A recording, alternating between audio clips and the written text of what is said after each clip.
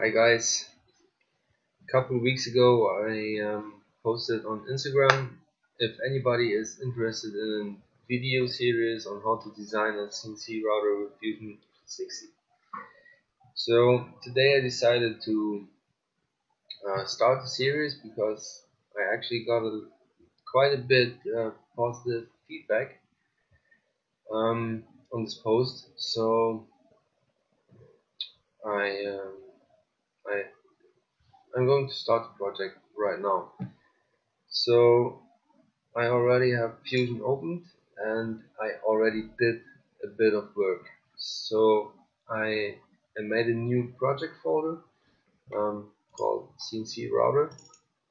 You can call it whatever you want, and then I made some subfolders. Those subfolders will contain uh, the different hardware that you need for building a CNC router like this.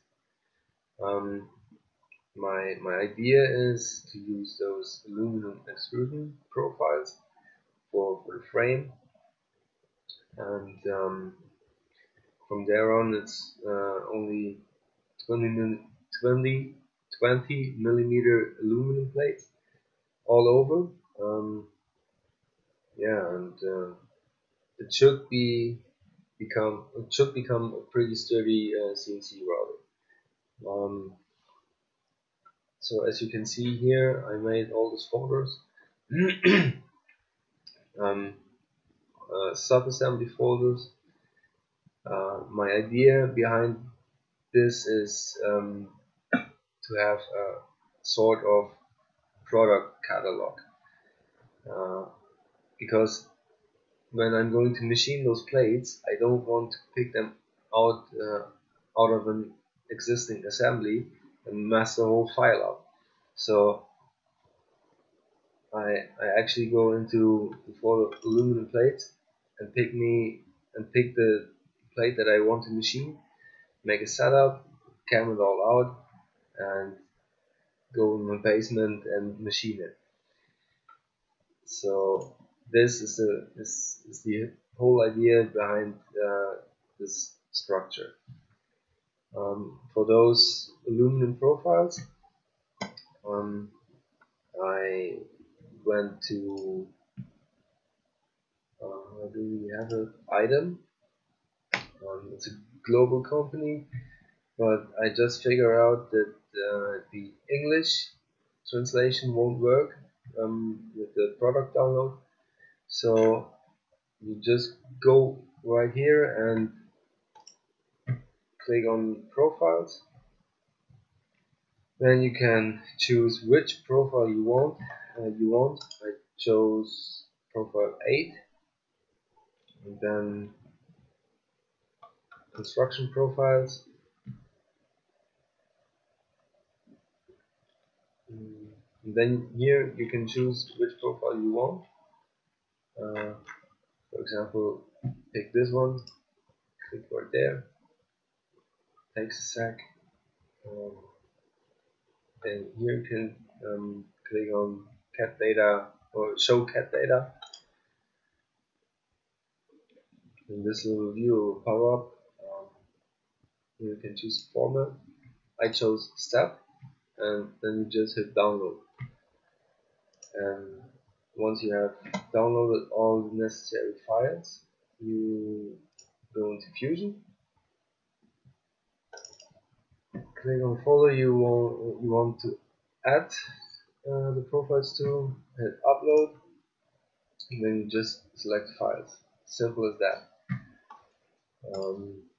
Yeah, what I've done then is, because when you get those files or those cat data, show you right here. This is the original one. You don't have a timeline. So what you have to do is right click up there and click on capture design history. Then you have timeline, and because I want to have this all parametric driven, I first go up here, add a user parameter, say it's the length of the profile, the expression, just an example, 1500 mil, and hit OK. Then I go ahead and make a new sketch on this plane, say project, finish sketch. Then I'm going to the bodies and say delete. Yes, I want to delete it. Then you have to redefine the sketch plane. Choose this plane. Okay. Now it's redefined again. Then we can hit E for extrude. Choose profile.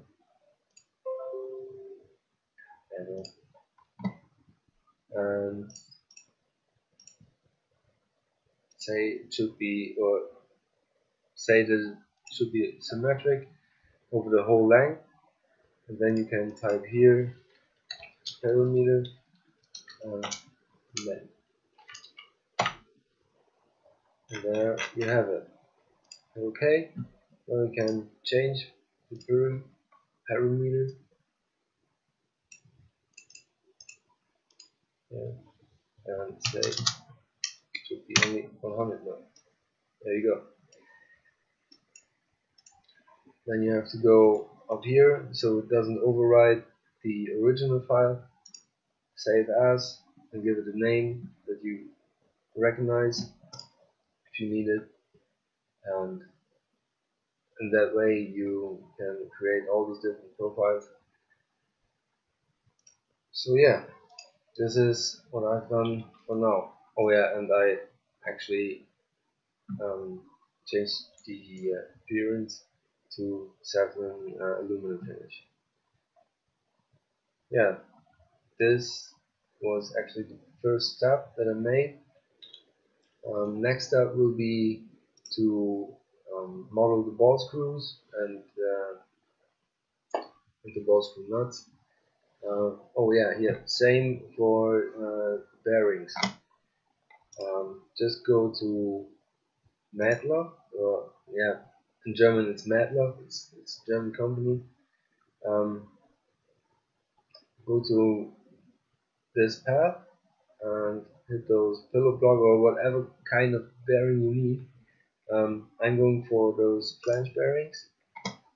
Here you can choose which one you need. For 20 millimeter ball screws, it's usually the FK15 bearing block, and here you just can download the CAD data, unpack it, and then just same as for the aluminum profiles, just upload it into Fusion. What I usually do with those bearing blocks, because they have a lot of parts, I open them and make an assembly of it, or just join them with a rigid group. So in that case, you make sure that if you put them into an assembly, they will stay together. Because if you don't make it a rigid group, there are parts flying all over the place or in space in this 3D room in Fusion 360. Just a quick side note. So yeah, this should be the first part, or is the first part, and wraps it all up. I think it's going to be a 6-part series, because I really want to go into details with modeling those ball screws and how I set things up, and making all those sub-assemblies like the Z-axis assembly or the gantry risers assembly or the table assembly. I think this is going to be the next one, that I'm going to make the table assembly, so that you guys can roughly get an idea of how big this machine is going to be. So yeah, I hope that this helps you out a bit. I'm going to try to post next week, next video, and I hope that some guys of you will join me on this journey on how to design this CNC router. And I'm not a professional. It's all just my hobby, and I just like designing things and actually make things come to life, because it's just such a great time that we live. It's never been so easy to manufacture at home, uh, although it's only a hobby, but I really like it. I always wanted to get into machining, and now I'm capable of. So this really is a great time. So yeah, thank you for joining me, and I hope that you guys will stay with me. Thank you.